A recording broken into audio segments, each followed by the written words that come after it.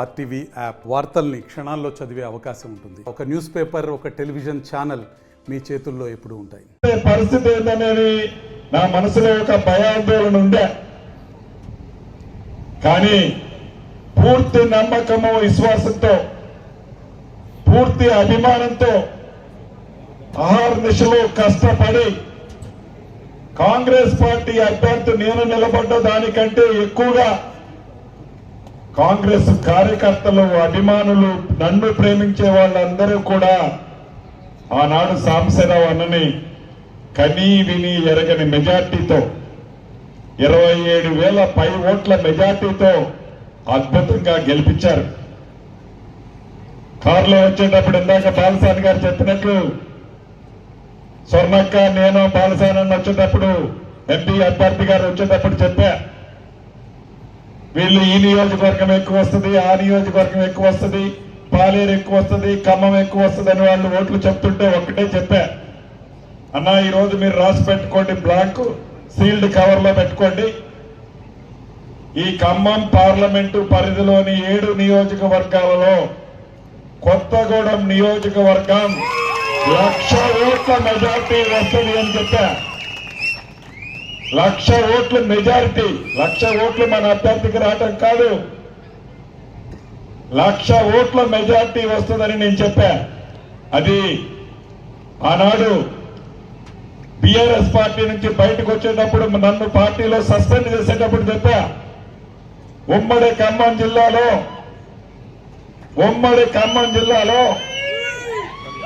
10 నియోజకవర్గాలలో ఏ ఒక్క TRS party అభ్యర్థుల అసెంబ్లీ గేటు తాక నియమం అని చెప్పా.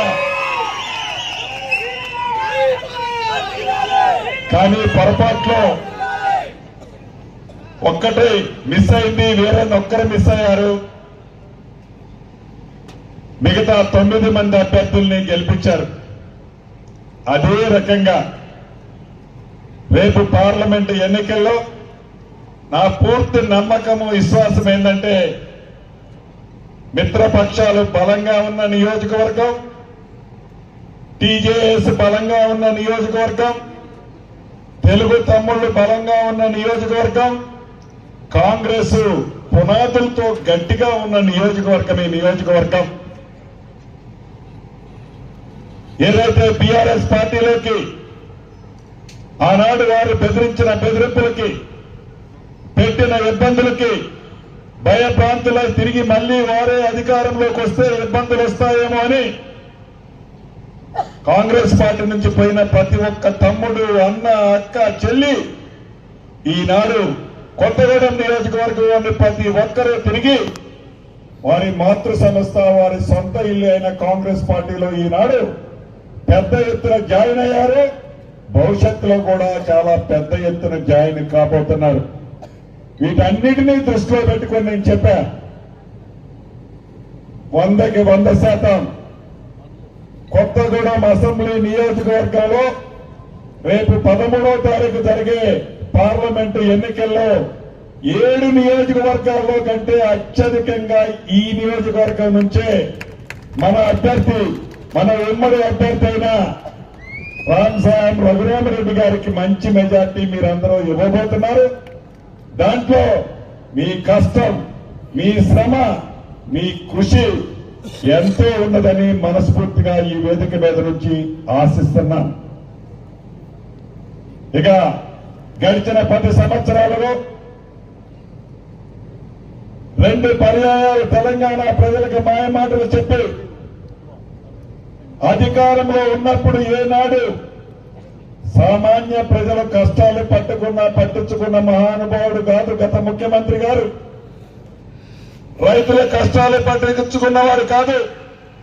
కనీసం మంత్రులు, ఎమ్మెల్యేలు, ఎంపీలు కలవాలి అంటే టైమీని ఆ మహాప్రభుత్వుడు 10 సంవత్సరాల తర్వాత తెలంగాణ ప్రజలు కర్రు కాల్చి ఓట పెట్టిన తర్వాత ఈ రోజు మళ్లీ ప్రజలు గుర్తొచ్చారు.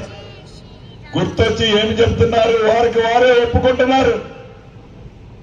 ఆనాడు ఉద్యమం టైంలో ఏ రకంగా అయితే పోరాటం చేసి మీ మధ్యనున్నానో మళ్లీ అదే పద్ధతిలో ఉద్యమం పద్ధతిలో బస్సులో మీ అందరికి వస్తున్నానని ఎన్నికల ముందు 2-3 రోజుల నుంచి రోడ్లెమ్మడి తిరుగుతున్నారు.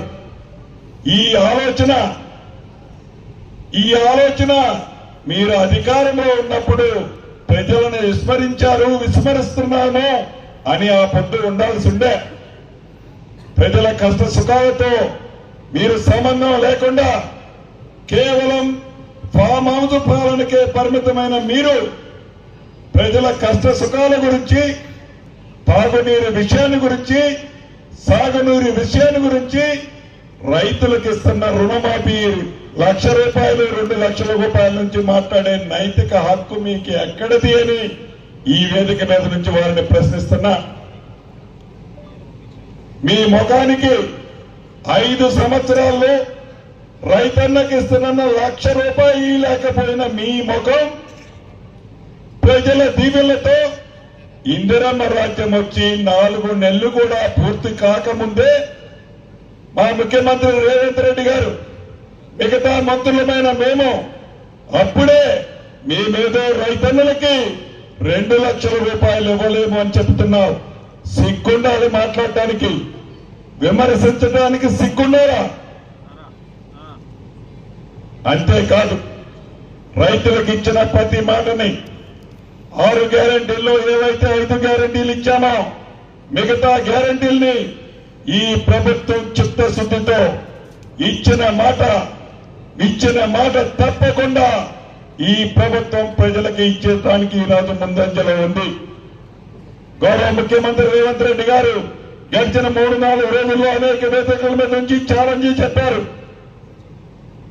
ఆగస్టు 15వ తారీఖు లోపు రైతన్నులకు ఇస్తున్న 2 మరిన్ని వీడియోస్ కోసం ఛానల్ ని సబ్స్క్రైబ్ చేయండి. లేటెస్ట్ అప్డేట్స్ కోసం వాట్సాప్ ఛానల్ ని ఫాలో చేయండి.